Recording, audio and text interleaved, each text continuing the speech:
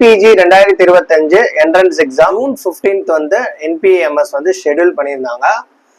எக்ஸாமை வந்து சிங்கிள் ஷிஃப்டிங்கில் வைக்கணும்னு சொல்லிட்டு கேஸ் ஃபைல் பண்ணி சுப்ரீம் கோர்ட்ல இருந்து தீர்ப்பு வந்துச்சு.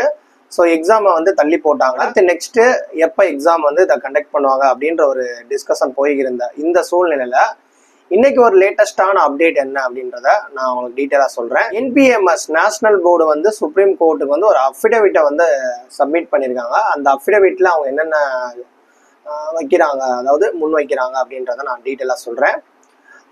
இப்போ எக்ஸாம் வந்து ஆகஸ்ட் 3ஆம் தேதி, அதாவது ஆகஸ்ட் 3ஆம் தேதி வரையும் எங்களால் வந்து, அதாவது நேஷனல் போர்டு என்ன சொல்கிறாங்கன்னா, எங்களால் வந்து சிங்கிள் ஷிஃப்டிங்கில் நீட் பிஜி என்ட்ரன்ஸ் எக்ஸாம் வைக்க முடியாது.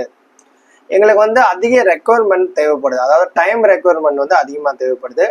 என்னென்ன ரீசன்னா, எங்களுக்கு வந்து இன்விசிலேட்டர் வந்து வேணும், அதிகமான எக்ஸாமினேஷன் சென்டர் வேணும், அதிகமான எங்களுக்கு சப்போர்ட் பண்ணுற இந்த எக்ஸாம் நடத்துறதுக்கு ஸ்டாஃப் வந்து நிறையா வேணும் அப்படின்ற மாதிரியும் சொல்லியிருக்காங்க.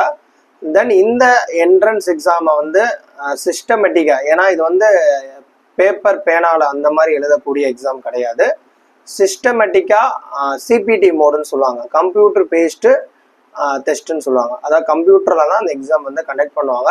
இந்த எக்ஸாமை நமக்கு அதாவது நடத்தி கொடுக்கக்கூடிய ஒரு சாஃப்ட்வேர் கம்பெனின்னு எடுத்திங்கன்னா டிசிஎஸ், அதாவது டாடா கன்சல்டன்சி சர்வீசஸ், அவங்க தான் வந்து இந்த என்ட்ரன்ஸ் எக்ஸாமை வந்து நடத்துகிறாங்க.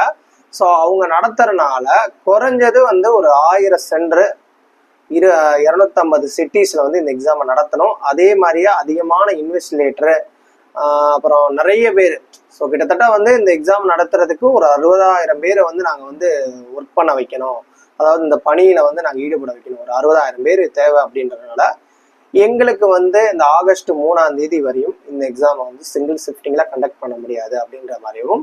ஸோ இப்போ சுப்ரீம் கோர்ட்டுக்கு அவங்க ஒரு அஃபிடவிட்டை வந்து ஃபைல் பண்ணியிருக்காங்க. ஸோ நெக்ஸ்ட் டேட் எப்படின்றத, எந்த டேட்டில் நடத்துவாங்க, எப்படி நடத்துவாங்க அப்படின்ற அனௌன்ஸ்மெண்ட் வந்து என்பிஎம்எஸ் வந்து அப்டேட் வரும். நம்மளுடைய வீடியோவை சேவ் பண்ணிக்கோங்க. தொடர்ந்து நம்மளுடைய சோசியல் மீடியா பேஜை ஃபாலோ பண்ணுங்கள்.